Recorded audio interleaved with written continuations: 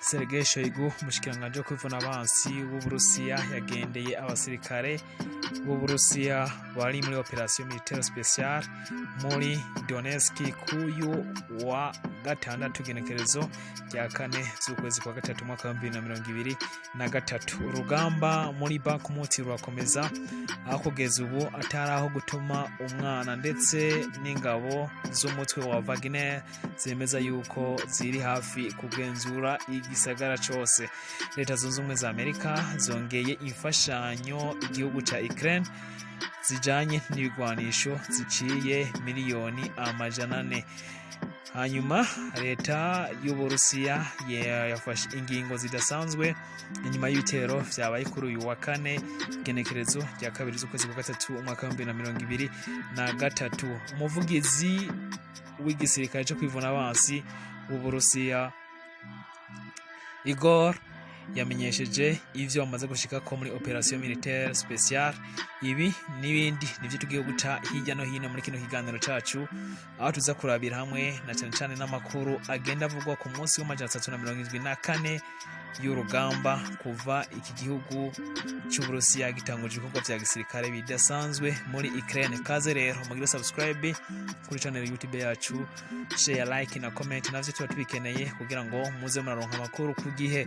Kuyu wa gatandatu rero igenekerezo rya 4 z'ukwezi kwa gatatu mwaka wa 2023, umushikirangaji wo kwivuna abansi Sergei Shoigu yagendeye ingabo ziwe muri Donetsk ziri ku rugamba. Ni urugendo rutari rwitezwe namba, ariko rufisi ico ruvuze mu bikorwa bidasanzwe vya gisirikare vyatangujwe n'igihugu cy'Uburusiya vyise operation militaire spéciale nk'uko vyandikwa n'ikinyamakuru TASS. Yashikirije ndetse yashikiye mu bumanuko bwa Donetsk ahari ingabo za Vostok Group, aho yahawe rapport uko ibintu bimeze ku rugamba, ndetse akaba yahawe iyi rapport na Colonel General Rustam Molodov n'abagize umugwi basanzwe bari ku rugamba. Mu cyari kimujanye rero Shoigu hari ukuraba uko ubuzima bwa gisirikare ku mirongo y'urugamba yifashe, ndetse akakigwa n'ubufasha bibaye ngombwa bwo gushigikira ingabo, haba imiti, ibifungurwa, ndetse hakigwa nuko urugamba rwogenda runapangwa ivyitwa logistique. Umushikirangaji wo kwivuna abansi Shoigu yashimiye cyane ingabo, agira ko abaha imidari y'ishimwe n'ubutwari, aho yavuze ijambo akagira ati iyi midari ni y'ubutwari ku kwitanga mukora, haracari ibikorwa vyinshi vyo gukora, ndizeye ko mutazotezura gukorera no guhitangira igihugu. Umushikirangaji wo kwivuna abansi rero Sergei Shoigu aje ku rugamba mu gihe rudasanzwe na cyane muri mu ntara ya Donetsk, intara munzi yuko iherutse gusinya yuko yiyonkoye kuri Ukraine. Bimeze uko kuri uyu wa gatanu igenekerezo rya 3 z'ukwezi kwa gatatu mwaka wa 2023, ibikorwa bidasanzwe vy'umugwi wa Wagner birongowe, umugwi usanzwe urongowe na Prigozhin Igvigeni, yari yasavye umukuru w'igihugu ca Ukraine yuko yoha uruhusha abasirikare ba Ukraine bakava muri Ukraine kubera ibitero vy'Uburusiya na cyane vy'uyu mutwe bikomeje kuba urutavanako, aho yasavye yuko abasirikare rero boyamanika bakava mu uyu muji hakiri kare. Yagize ati baragwana gusa kugira ngo ubuzima bwabo bube buramaze kabiri, umunsi umwe canke ibiri birarangira. Ahi Bakhmut baha amahirwe bave mu uyu muji, kigisagara twamaze kucifatira. Aya niyo majambo Evgeny Prigozhin yavuze. Yemeje kandi ko iki gisagara hasigaye ibarabara rimwe gusa ritarafatwa n'ingabo za Wagner, aho yagize ati imigwi ya PMC Wagner yamaze gufata Bakhmut, hasigaye ibarabara rimwe gusa.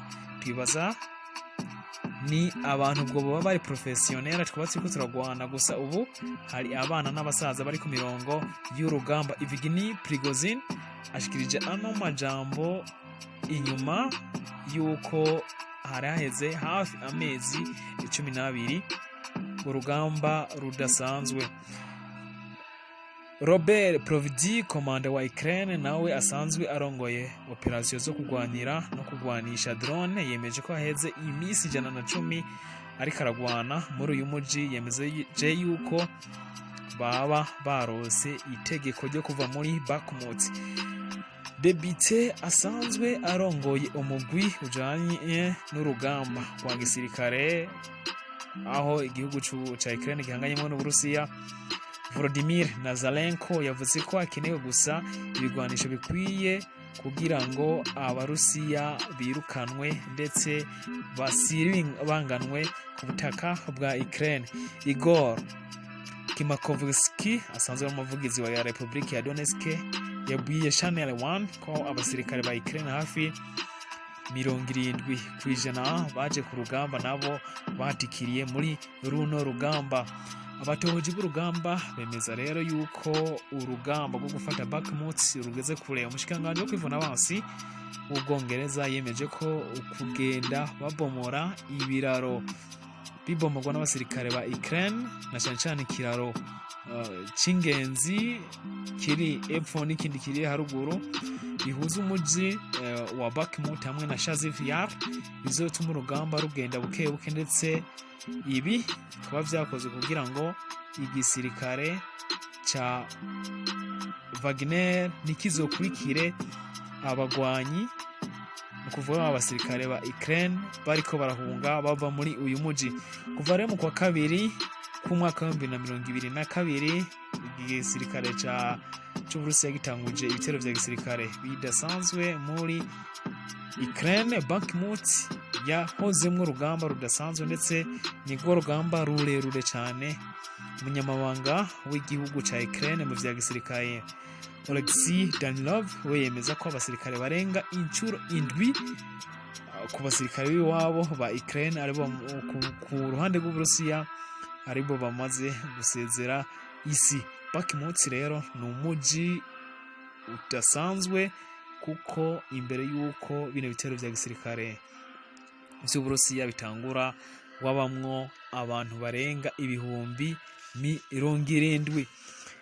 Kuyandi makuru rero nuko Lieutenant Igor Konashenkov umuvugizi w'ubushikirangaji bwo kwivuna abansi yemeza ko kuyu wa gatandatu igenekerezo rya 4 z'ukwezi kwa gatatu mwaka wa 2023 muri Kupiansk bakuyeho abansi, ni kuvuga abasirikare ba Ukraine barenga 90.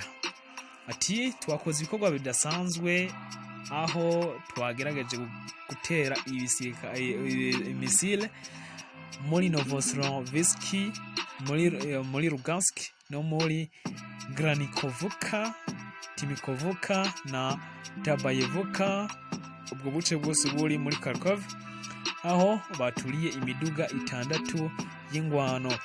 Kuva rero intambara itanguye, uno muvugizi wa gisirikare Lieutenant General Igor Konashenkov muwo kwivuna abansi yemeje yuko misile 12 za Himalayas zaturiwe ndetse na drone 11 nazo zasizwe hasi kuva intambara itanguye. Hamaze guturirwa indege za helicopter amajana 215, ibiduga vy'intambara 3,324, misile amajana 48, indege za gisirikare zitwa aircraft amajana 394. Hamaze kandi guturirwa ibisasu vya rocket 1049, inkoho zo kugwana za artillery birumvikana 4,273, za mortier amabombe ya za mortier arenga 8,722.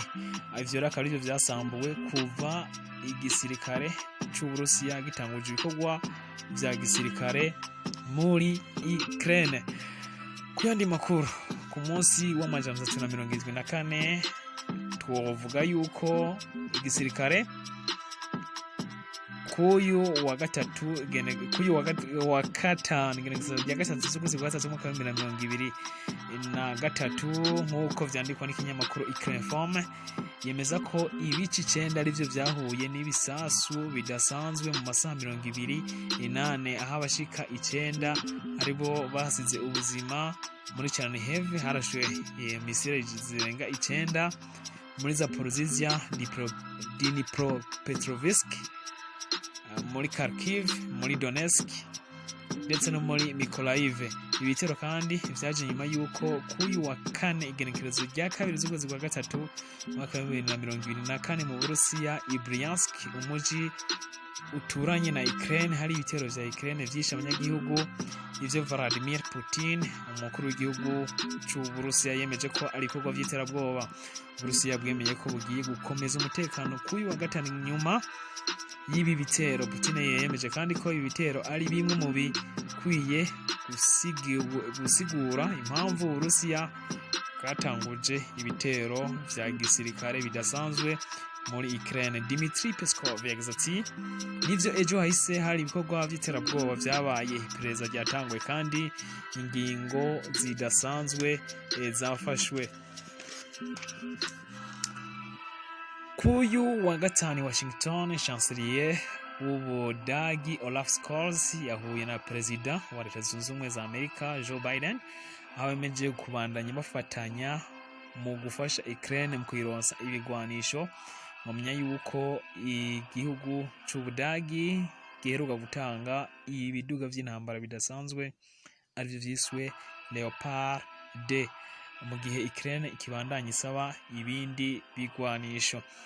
Ubu Leta Zunze Ubumwe za Amerika zemeye kuyu wa gatandatu igenekerezo rya kane z'ukwezi kwa gatatu mwaka wa 2023 ko bagiye guha Ukraine umutekero wa za miliyoni zishika $800 z'amadolari. Nk'uko rero umunyamabanga wa Leta Zunze Ubumwe za Amerika Anthony Blinken yemeje ko harimwo muri izo miliyoni $800 z'amadolari ya Amerika hazo harimwo ibigwanisho vya Himalayas Hautiza, kuko bizofasha abasirikare ba Ukraine kwigwanira, kandi hazo harimwo imiduga y'intambara ndetse n'inkoho z'urugamba. Ibi kandi bizogenda harimo kandi ubufasha bw'ibifungurwa n'ibindi bizofasha abasirikare ba Ukraine ku rugamba. Leta Zunze Ubumwe za Amerika rero zije zitangaza ibi inyuma y'umwe bwa Buraya nabwo bwemeye $1,000,000,000 ya Amerika bazofasha mu guha Ukraine kugira ngo zibandanye zihangana n'umwasi. Nizeye ko mwashoboye gutahura vyinshi rero bakozi ba Ibitero TV. Nta kindi twama tubasaba no gukora subscribe kuri channel YouTube yacu, hanyuma amakuru atandukanye mukaza murayaronkera igihe. Share, like, comment navyo zuba vyiza, ariko subscribe mutumire n'abandi gukunda channel YouTube yacu kugira ngo amakuru atandukanye muze murayaronka. Reka ndabashimire rero ko twabanye neza, mugire aho mubahwe. Ciao ciao. Amakuru y'intambara y'Uburusiya na Ukraine muzobandanye muyaronka.